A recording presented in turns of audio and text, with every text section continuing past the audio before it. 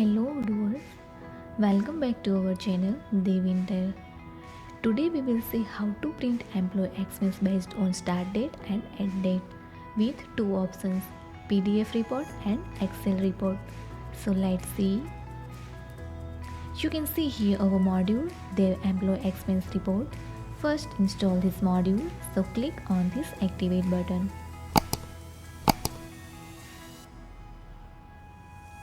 Now our module is installable. First go to employees and see here this menu for print employee expense. Click on, select start date first and end date 31st and print by. Here available two options, all employee and selected employee. I want to print all employee, but if you want to print selected or particular employee, so select employee. Now I select all employee and first I want to print PDF.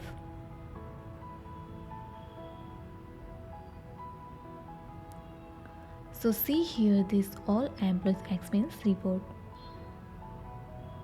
See here employee name, category, price, quantity, total, date and paid by. And see here start date first and end date is 31st. Now I want to print Excel report. So also see here Excel report. Thank you.